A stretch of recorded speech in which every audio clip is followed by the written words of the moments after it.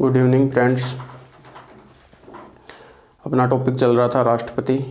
आप सभी का स्वागत है आपके अपने चैनल झुंझुनू स्टडी पर। अपन लोग राष्ट्रपति टॉपिक को लेकर चर्चा कर रहे थे कि भारत के राष्ट्रपति कौन से अनुच्छेदों में उनका उल्लेख किया गया है, किस प्रकार की योग्यताएं होनी चाहिए राष्ट्रपति बनने के लिए, कितना कार्यकाल होता है राष्ट्रपति का, किस पर कौन शपथ दिलाता और किस प्रोसेस से उन्हें पद से हटाया जाता है। इन सारे विषयों के बारे में हमने बात की थी। उसके बाद अपन ने राष्ट्रपति पार्ट 2 पे चर्चा की, जिसमें राष्ट्रपति की शक्तियों के बारे में जाना, कार्यपालिका व्यवस्थापिका संबंधी शक्तियों के बारे में बात की। आज अपन लोग बात कर लेते हैं राष्ट्रपति की अन्य शक्तियां जो हैं, जैसे कि अपनी वित्तीय शक्तियां। राष्ट्रपति की वित्तीय शक्तियां, इन पे अपन लोग बात कर लेते हैं कि राष्ट्रपति के पास कौन सी वित्तीय शक्तियां हैं। राष्ट्रपति की वित्तीय शक्तियों के बारे में बात कर रहे हैं अपन लोग। तो धन विधेयक जो है, धन विधेयक राष्ट्रपति की पूर्व अनुमति से, राष्ट्रपति की पूर्व अनुमति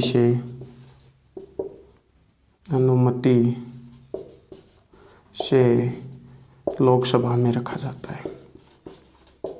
अपन लोगों ने बात की थी कि धन विधेयक सर्वप्रथम राज्यसभा में नहीं रखा जाएगा, इसे कहाँ इंट्रोड्यूस करवाया जाएगा, तो लोकसभा में इंट्रोड्यूस करवाया जाएगा। लेकिन किसकी पूर्व अनुमति से रखा जाता है धन विधेयक लोकसभा के अंतर्गत? तो राष्ट्रपति की पूर्व अनुमति से ही धन विधेयक जो है वो सर्वप्रथम लोकसभा में रखा जाता है।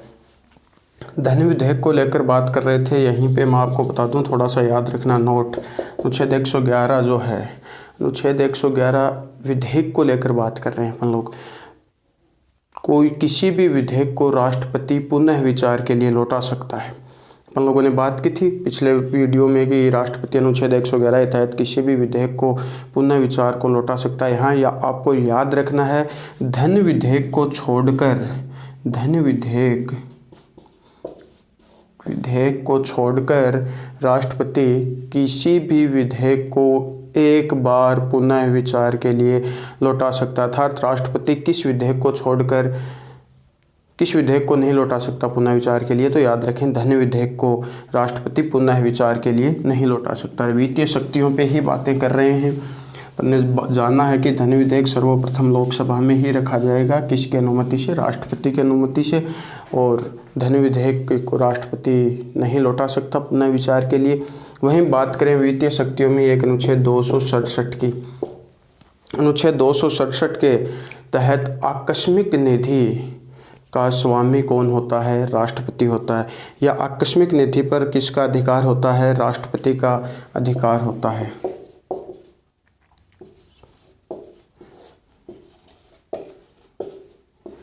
आकस्मिक निधि पर किसका अधिकार होता है? राष्ट्रपति का अधिकार होता है। कहेंगे आकस्मिक निधि क्या है? जैसे आपने सुना होगा संचित निधि, आकस्मिक निधि।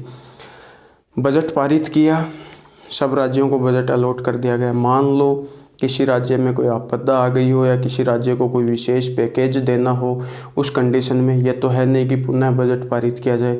उस समय क्या करते हैं कि प्रधानमंत्री और मंत्रिपरिषद, जिनको किसी भी राज्य को जैसे कोई पैकेज दे रहे हैं, तो उस समय वो क्या करते हैं, घोषणा लेके आते हैं कि भाई जैसे उत्तराखंड में बाढ़ आ गई, उत्तराखंड को आपको 1 करोड़ रुपए का या 10 करोड़ रुपए का या 1000 करोड़ रुपए की केंद्र सरकार ने दिया आर्थिक पैकेज। बहुत बार ऐसा सुनने को मिलता है। वो पैसे कहाँ से है? तो वो पैसे देश की आकस्मिक निधि से लिए जाते हैं। अब क्या होता है कि नेक्स्ट ईयर जब भी बजट आएगा, तो आपने जब भी बजट रखेंगे तो जो आकस्मिक निधि से जो पैसे लिए गए हैं वो पैसे चूकता कर दिए जाएंगे। समझ में आ रही है बात? तो आकस्मिक निधि पर अधिकार किसका होता है? राष्ट्रपति का होता है। वहीं एक और बात कर लेता हूँ, अनुच्छेद 280। अनुच्छेद 280 के अंतर्गत क्या लिखा गया? तो अनुच्छेद 280 में लिखा गया है कि अनुच्छेद 280 के तहत राष्ट्रपति प्रति 5 वर्ष में एक वित्त आयोग का गठन करेंगे। मतलब 5 वर्ष में किसका गठन होगा? वित्त आयोग का गठन होगा। वित्त आयोग का गठन कौन करेगा? भारत का राष्ट्रपति करेगा। किस अनुच्छेद के तहत करेगा? 280 के तहत वित्त आयोग का गठन भारत के राष्ट्रपति द्वारा किया जाएगा। वित्त आयोग का गठन कर रहे हैं, इसमें कितने सदस्य होते हैं? तो एक तो होता है अध्यक्ष। याद रखें, वित्त आयोग में एक अध्यक्ष प्लस कितने सदस्य होते हैं? 4 अन्य सदस्य होते हैं। वित्त आयोग में एक अध्यक्ष और 4 सदस्य होते हैं। एक छोटा सा क्वेश्चन मैं आपसे पूछूं कि वर्तमान में वित्त आयोग के अध्यक्ष कौन है। वर्तमान में वित्त आयोग के अध्यक्ष कौन है, तो आपको याद रखना श्री N.K. सिंह है। श्री N.K. सिंह वर्तमान में कौन है, वित्त आयोग के अध्यक्ष हैं। वर्तमान में वित्त आयोग के अध्यक्ष कौन है, श्री N.K. सिंह वित्त आयोग के अध्यक्ष हैं। राष्ट्रपति की वित्तीय शक्तियों को जाना, हमने जाना कि धन विधेयक जो है वो राष्ट्रपति की पूर्व अनुमति से ही लोकसभा में रखा जाएगा।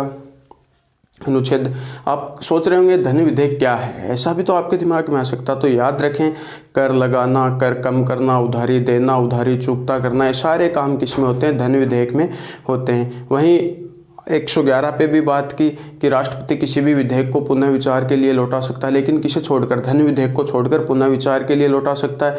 267 में हमने बात की कि आकस्मिक निधि का अधिकारी भी कौन होता है या मालिक कौन होता है, तो राष्ट्रपति ही होता है। और हमने 280 में भी अभी बात कर रहे थे कि प्रत्येक 5 वर्ष से राष्ट्रपति क्या करेगा, वित्त आयोग का गठन करेगा। 280 के तहत वित्त आयोग का गठन करेगा, कितने वर्ष में होता है, 5 वर्ष में होता है। वित्त आयोग में 5 वर्ष से गठन और कितने, 5 ही लोग, एक अध्यक्ष, 4 अन्य सदस्य। और वर्तमान में वित्त आयोग के अध्यक्ष कौन है, श्री N.K. सिंह वर्तमान में वित्त आयोग के अध्यक्ष हैं। ये थी राष्ट्रपति की वित्तीय शक्तियों पर हमारी बातें। एक छोटी सी और टॉपिक पे बारे में बात कर लेते हैं, राष्ट्रपति की कूटनीतिज्ञ शक्तियाँ। राष्ट्रपति की कूटनीतिज्ञ शक्तियों के बारे में बात करें तो एक आर्टिकल आपको याद रखना है, अनुच्छेद 53। आप कहेंगे 53 क्यों बता रहे हैं, ये क्वेश्चन पूछा जा चुका है कि किस आर्टिकल में, किस अनुच्छेद में राष्ट्रपति की कूटनीतिज्ञ शक्तियों का उल्लेख किया गया है। तो अनुच्छेद 53 में राष्ट्रपति की कूटनीतिज्ञ शक्तियों का उल्लेख किया गया है। कूटनीतिज्ञ शक्तियाँ क्या हैं, तो राष्ट्रपति तीनों सेनाओं का सर्वोच्च सेनापति होता है। टॉपिक शुरू किया था उस समय आपको बताया था कि राष्ट्रपति तीनों सेनाओं का सर्वोच्च सेनापति होगा। आप पूछ सकते थे कि किस अनुच्छेद में लिखा गया है, तो याद रखें 53 में यह स्पष्ट लिखा गया है कि राष्ट्रपति तीनों सेनाओं का सर्वोच्च सेनापति होता है। कूटनीतिज्ञ शक्तियाँ एक तो ये हो गई, राष्ट्रपति तीनों सेनाओं का सर्वोच्च सेनापति होता है आर्टिकल 53 के तहत। वहीं राजदूत व हाई कमिश्नर की नियुक्ति भी कौन करेगा, राष्ट्रपति करेगा। राजदूत और हाई कमिश्नर की नियुक्ति करने का काम भी कौन करता है, राष्ट्रपति करता है। हाई कमिश्नर क्या होते हैं, आपको सबको पता होगा, विदेशों में भारत के राजदूत होते हैं। दोनों एक ही हैं, राजदूत या हाई कमिश्नर, लेकिन थोड़ा सा अंतर समझे। इनका अंतर यह है कि जो कॉमनवेल्थ के जो देश हैं, कॉमनवेल्थ के जो सदस्य हैं, वहाँ पर जो राजदूत नियुक्त होते हैं उन्हें क्या कहा जाता है, हाई कमिश्नर कहा जाता है। तो याद रखना कि आर्टिकल 53 में भी राष्ट्रपति की कौन सी शक्तियों का उल्लेख किया गया है, कूटनीतिज्ञ शक्तियों का उल्लेख राष्ट्रपति की किया गया है। अब अपन लोग बात करने जा रहे हैं राष्ट्रपति की आपातकालीन शक्तियाँ। राष्ट्रपति की आपातकालीन शक्तियाँ, राष्ट्रपति के पास कौन कौन सी आपातकालीन शक्तियाँ हैं। राष्ट्रपति को जो है वो अनुच्छेद 352 से 360 तक आपातकालीन शक्तियाँ दी गई हैं, जो संविधान के किस भाग में हैं, भाग 18 में वर्णित हैं। याद रखें, राष्ट्रपति की जो आपातकालीन शक्तियाँ हैं वो किस आर्टिकल में वर्णित हैं, तो किस भाग में वर्णित हैं, तो भाग 18 में वर्णित हैं। राष्ट्रपति के पास कितने प्रकार की आपातकालीन शक्तियाँ प्राप्त हैं, तो 3 प्रकार की राष्ट्रपति के पास आपातकालीन शक्तियाँ प्राप्त हैं। सबसे पहले राष्ट्रीय आपात, दूसरा आता है राष्ट्रपति शासन, और तीसरा है वित्तीय आपात। राष्ट्रीय आपात की बात करें, अनुच्छेद 352, अनुच्छेद 352। वित्तीय राष्ट्रपति शासन की बात करें, अनुच्छेद 356, और वित्तीय आपात 360। इन पे अपन लोग बात करेंगे। ये राष्ट्रपति के पास 3 आपातकालीन शक्तियाँ। सबसे पहले बात कर लेता हूँ मैं राष्ट्रीय आपातकाल की। अनुच्छेद 352 के तहत राष्ट्रीय आपात लागू किया जाता है। कौन सी कंडीशनों में राष्ट्रीय आपात लागू किया जाएगा, तो 3 स्थितियों में ही राष्ट्रीय आपात लागू किया जाएगा। सबसे पहले बाह्य आक्रमण, बाह्य आक्रमण, कोई दूसरा देश हमारे ऊपर आक्रमण कर दे, बाह्य आक्रमण की स्थिति होने पर राष्ट्रीय आपात लागू किया जाएगा। दूसरी बात, भारत द्वारा किसी दूसरे देश के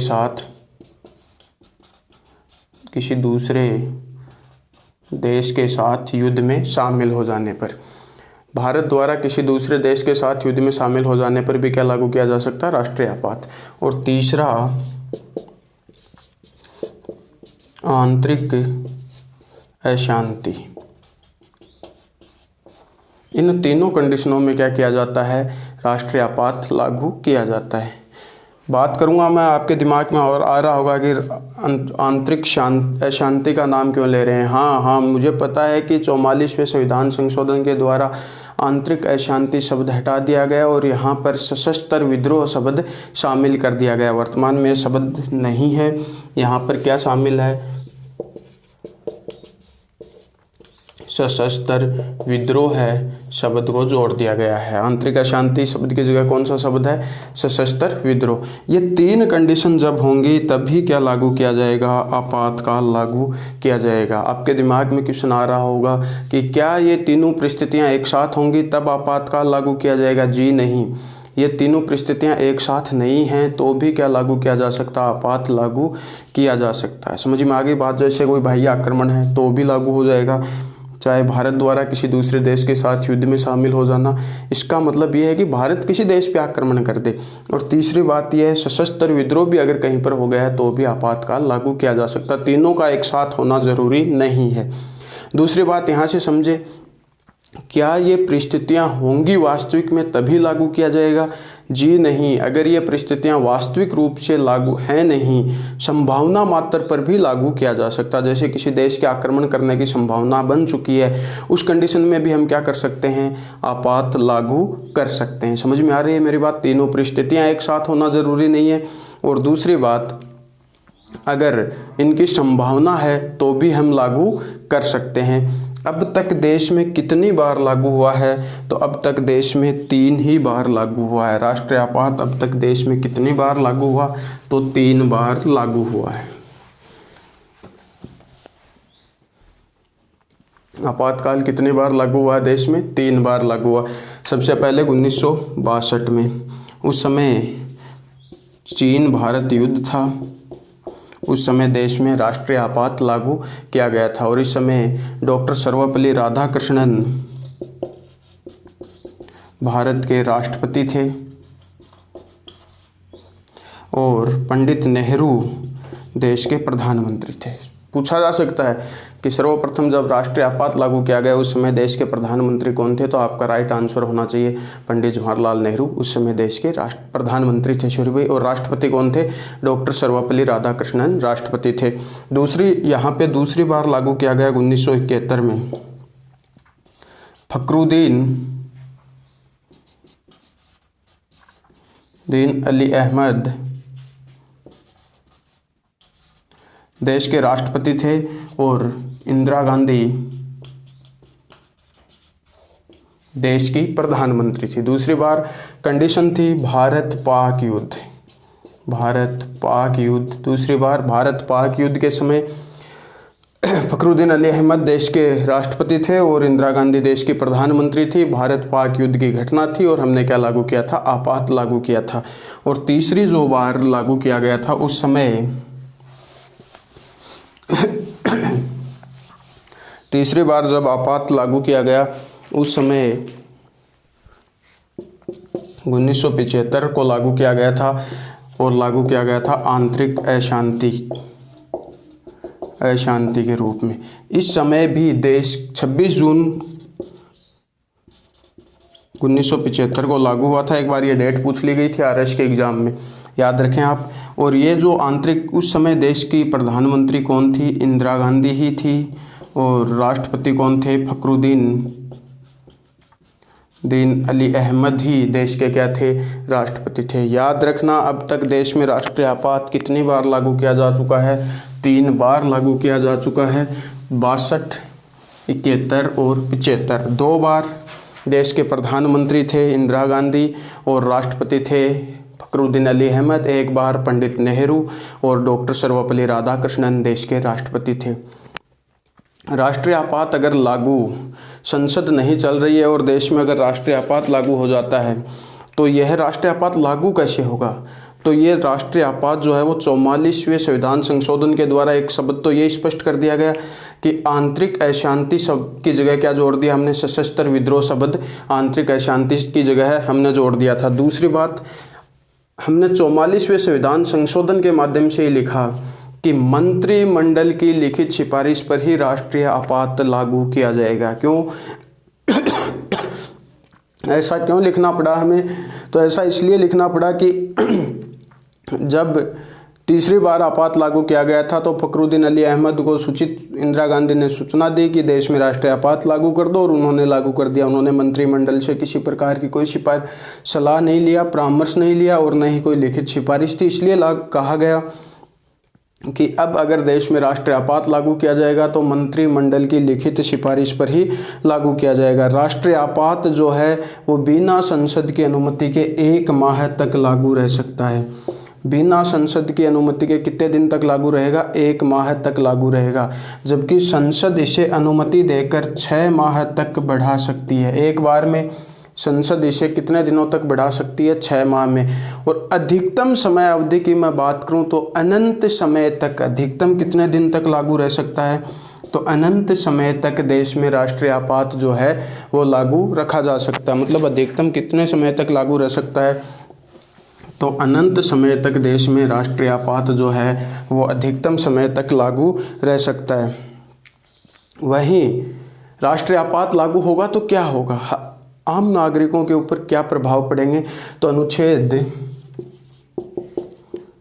359 कहता है कि अगर देश में राष्ट्रीय आपात लागू हो गया है या राष्ट्रीय आपात लागू होने पर अनुच्छेद 20 व 21 को छोड़कर सारे मूल अधिकार, मूल फंडामेंटल राइट्स, मूल अधिकार निलंबित हो जाएंगे।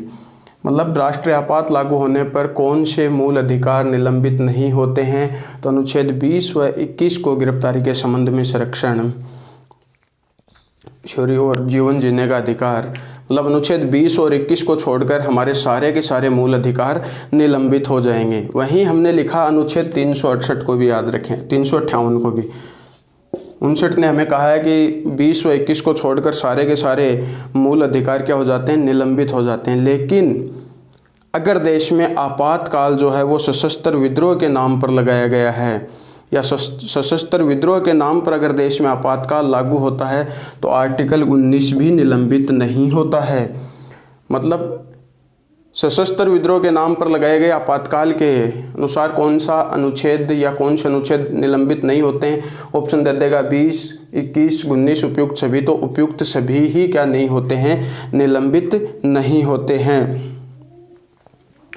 ये तो था हमारा राष्ट्रपति की आपातकालीन शक्तियों का पहला पार्ट, जिसमें हमने बात की राष्ट्रीय आपात के बारे में। उसके बाद में अपन लोग जानेंगे राष्ट्रपति शासन को लेकर। राष्ट्रपति शासन,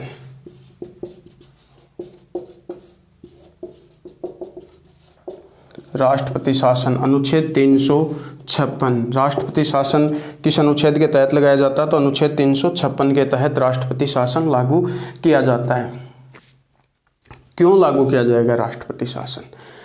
अगर राज्य का संवैधानिक तंत्र विफल हो जाए तो उस राज्य में क्या लागू किया जाएगा? राष्ट्रपति शासन लागू किया जाएगा। अगर किसी राज्य का संवैधानिक तंत्र विफल हो जाता है तो उस राज्य में क्या लागू कर देंगे? राष्ट्रपति शासन लागू कर देंगे। आप कहेंगे संवैधानिक तंत्र विफल होने का आपका क्या मतलब?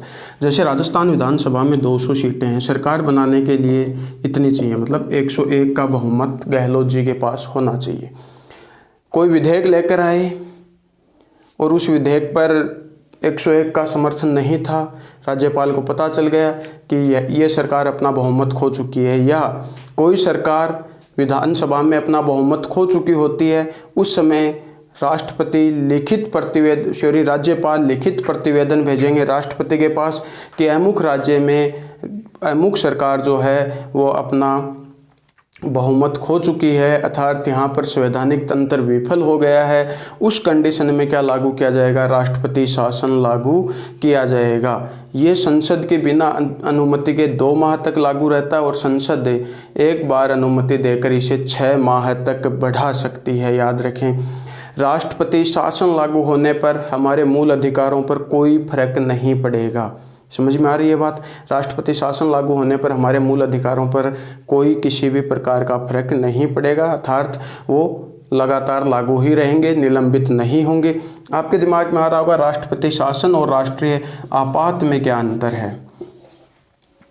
राष्ट्रपति शासन एक साथ पूरे देश में लागू नहीं किया जा सकता, ये पूरे देश में लागू नहीं किया जा सकता, जबकि राष्ट्रीय आपात एक साथ पूरे देश में लागू किया जा सकता है।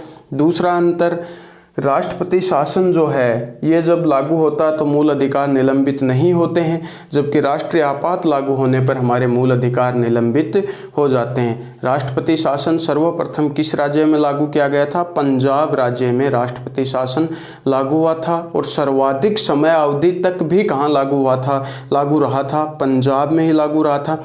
आपको पता होगा हमारे संविधान में बहुत सारे संशोधन हो चुके हैं, 104-5 के लगभग संशोधन हो चुके हैं वर्तमान तक। आप कहेंगे कि इतने संशोधन क्यों हुए? तो जैसे देखो, शुरुआत में लिखा गया 6 माह तक लागू रह सकता है। पंजाब में स्थिति नियंत्रण में नहीं आई, हमने संशोधन किया कि पंजाब के संदर्भ में 10 वर्ष तक लागू रहा था पंजाब में ये, तो संशोधनों की संख्या ऐसे बढ़ी। पंजाब के संदर्भ में ये 6 माह और बढ़ाया जाता है, फिर 6 माह बाद हमने किया पंजाब के संदर्भ में ये 6 माह और बढ़ाया जाता है। तो संशोधन होते गए संविधान में और संशोधनों की संख्या भी इसी प्रकार से हमारे संविधान में गेन करती गई थी। तो याद रखें, आपातकाल और राष्ट्रपति शासन में क्या अंतर था, इस पर भी हमने बात की। एक जो हमारा वित्तीय आपात है, वित्तीय आपात अब तक एक भी बार लागू नहीं हुआ है। सबसे पहली बात तो यही याद रखना है कि वित्तीय आपात जो है किस अनुच्छेद के तहत लागू किया जाता है? 360 के तहत लागू किया जाता है। एक बार भी लागू नहीं हुआ है, एक बार भी लागू नहीं हुआ है। अगर वित्तीय आपातकाल लागू होता है तो क्या होगा? तो बजट निर्माण संबंधी सारी की सारी शक्तियां राष्ट्रपति के पास आ जाएंगी और समस्त संवैधानिक पदाधिकारियों के वेतन भत्तों में कटौती कर ली जाएगी। ये किस में होता है? वित्तीय आपातकाल में होता है। आज थोड़ा समय अभाव के कारण अपन इतनी ही चर्चा कर पाएंगे राष्ट्रपति को लेकर। नेक्स्ट वीडियो जो आएगा उसमें भी अपन लोगों ने राष्ट्रपति पे ही थोड़ी चर्चा और करते हैं, उसके बाद हम नेक्स्ट टॉपिक पे चर्चा करेंगे। तब तक के लिए धन्यवाद दोस्तों। चैनल को सब्सक्राइब करो और वीडियो को बार बार देखते रहो। धन्यवाद।